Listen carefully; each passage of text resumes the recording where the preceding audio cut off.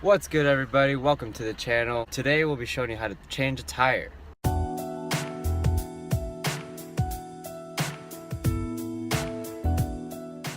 I was thinking, like, not many people know how to change a tire. So if they get a flat, if they're straight on the side of the road, how are they going to change a tire? Really simple, but this is something that everybody should know how to do. So let's get to it.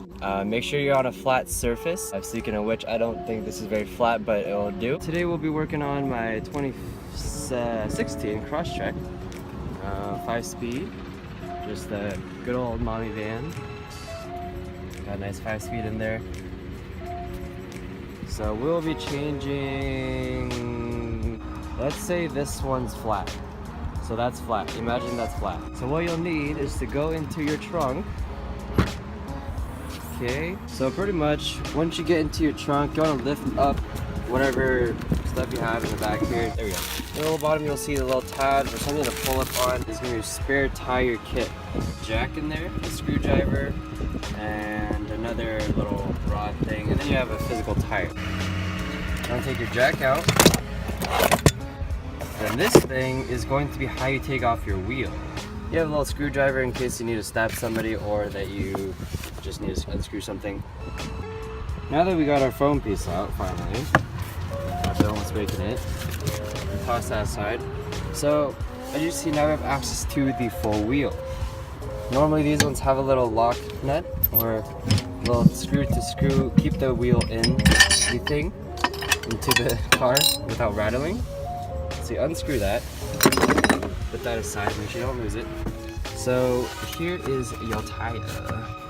Alright, so what you're gonna do now is you're gonna manhandle the tire out of here, just like that.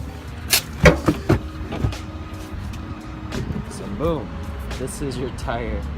Thing is freaking tiny as fuck. Alright, ladies and gentlemen, this is what you'll need to change your tires. So here I have a jack stick. You'll want one of these if you're gonna be working on a car a lot, but not necessary. Not necessary, optional. And this little wrench here, that's how you take off the wheel. Take your jack. This notch here is supposed to go into something called your pinch rail. So that's, if you look under your car, you have something like this one right here. This is something called the pinch rail, and that's where you want to mount your jack. Quick tip is you always want to jack it up from the back or like the corners. You don't want to do it straight in the middle. You want to do more close to the wheel, and then where you see those little indents or notch. This one right there. You want to jack it up on that place there. So you line it up with the thing. Now these are called scissor jacks. They're pretty cool. This part here screws this end into the other end, and then this is a pivot point where it'll pivot up, and then it'll scissor up. So as you can see, as I screw this or turn this, now the pinch rail is in between into that notch, which is good. And make sure it's on a flat surface and stable surface, so not like dirt or grass, because those ones will just tip the car and you'll die probably. You can probably do it with your hand until it meets the surface there. From there, I mean, you could do it with your hand if you really don't have the tools, but there's another bar for the jack. This little guy here. Wow, this is a big boy. So it looks something like this. This end, this corner is the same for all cars, so whatever car you have, you'll probably have the same type of look to it. This whole thing, I don't know, Subaru just went extra with that, so probably to increase leverage and make it super fast, but I'll show you. Take this end, put it into the hole. Put it into the hole. I'm trying to like look at the camera while I'm doing this. Put it into the hole like that, and then rotate this.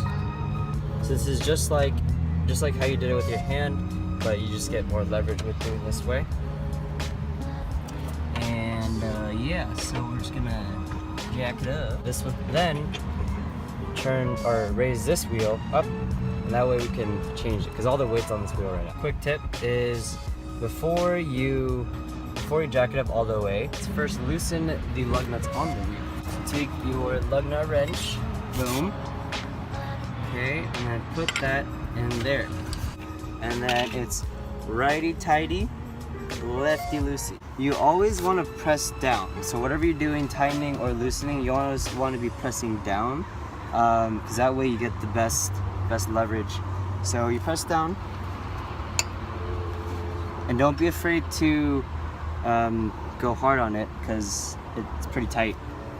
But make sure you press straight down. Don't yank on it, like pull on it, or go any other way. Just go straight down. So now you got one done, so do the other ones.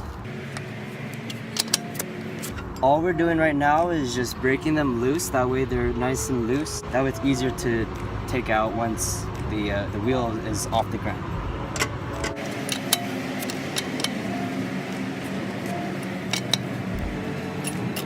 So now that we have these broken loose, as you can see, they're just turning and the wheel's still on the ground. So this makes your life a whole lot easier. Continue jacking up the car. So just turn it just like that.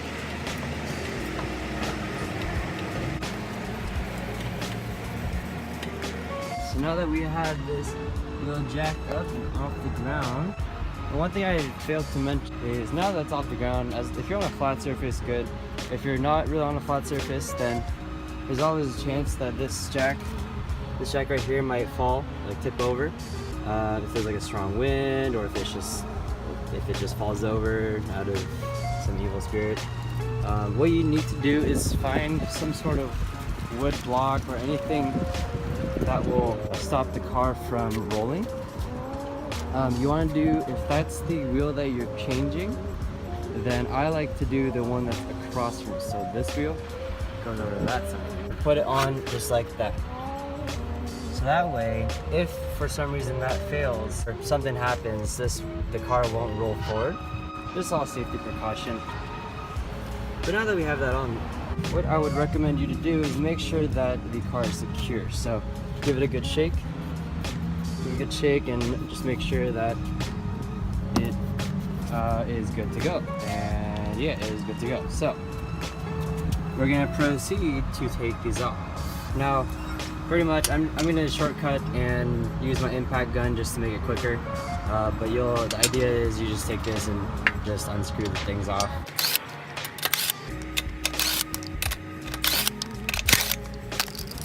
Them all off with my impact gun, my Harbor Freight impact gun for like 60 bucks. And then this whole socket set was like $20, which is like right there.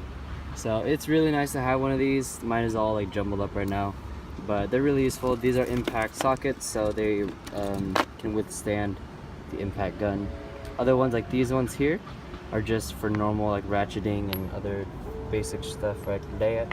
So if you're using an impact gun, I would recommend one of these impact socket sets, because these are, I believe, also somewhat rust corrosive, but this one's also obviously very rusty looking, so don't know how reputable that is. But now that we got all of them zipped off, put your lug nuts somewhere safe where you won't forget them. We'll put them right there. And then what we'll do is take off the wheel.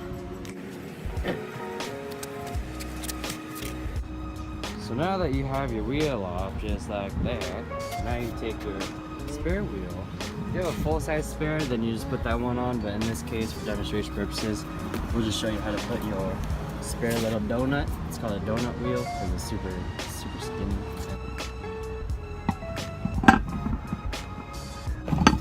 Hold up my feet. There we go. So it should fit like that. If it fits any way other than that, then you did something wrong, or that you're missing something, or something's broken. But that's how it fits. Now put your lug nuts again, and what you'll do is just do the reverse process. So take your lug nut, side that's threaded, onto the lug nut, like that, just like that. The one thing that you want to make sure that you always remember, so make sure your threads are really clean.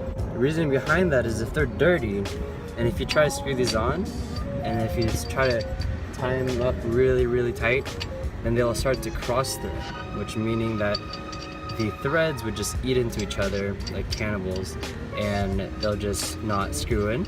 And even if they're not fully in, like it'll probably look like this, and then it'll just be really hard because they're not like in their own grooves. So you just gotta make sure that they're nice and smoothly going in. So I would always do this with your hand, because if you have a cross-threaded stud, it's no bueno. You have to, there's a lot of work to be done after that. But now that you have it tight, take your lug nut wrench, and then once you hand tighten them on, you're gonna just redo the process. So put in a star pattern. So if you have a car, most cars these days have either 5 or 6 lugs. Anyway, you want to do a star pattern. So from here, we're gonna, just for example, like it doesn't matter where you start, but let's say this is where we're gonna start. Is this one? Next one will do this one. Next one will do this one. And this one. And this one. That will make sure that the wheel is tightened evenly, and that there's no chance that one nut is loose or one side of the wheel is loose, because that'll create a lot of shaking of the wheel. Just make sure it's nice and snug, because these ones don't really need that much tightness, but do it pretty tight until you can't tighten it anymore, and then do like 1/4 turn tighten. So I'll show you. So take your wrench and then tighten it until it's kind of snug in there, and then you'll do the other side. So as you can see, my feet are holding the wheel up, pressing it up a little bit. That allows the wheel to be evenly pressured, so because gravity is pushing it down, so my feet are counteracting that to press it back up. That way it's going to be even. So I'm doing this one hand, but because I'm strong as fuck. Just kidding. You are doing a star pattern. Now it's recommended to push down on the wrench. So whatever you're doing, you want to press down and not up. You get more leverage going downwards rather than trying to pull up on it. So just always go down like that. Like that. And just go over it a couple times. Just make sure that they're nice and snug. Cool. So once this is pretty tight, just go one last pass, and just do like a little grunt to it. So just go like, okay. That's good. And one more on this side. Across. This one. And this last one. Just give it one more quick little turn. That way it's nice and snug. This guy's literally burning something over there. He just pulled it right behind me and then just started. I think he burned. What the heck? I don't even know, man. This shit is still burning behind me. It smells kind of bad, but now he's leaving, and now another person's checking in. Yeah, now there's a fire truck behind me. That's great. Yeah, put that shit out. Put it out. Alright, ladies and gentlemen, well, that was a basic guide on how to change your tire in a pinch by yourself. Any other questions about anything I did, or you want to see other things, just comment below or DM me or message me, whatever, and I will try to get that shown to you guys. Or like, comment, and subscribe. Okay, bye.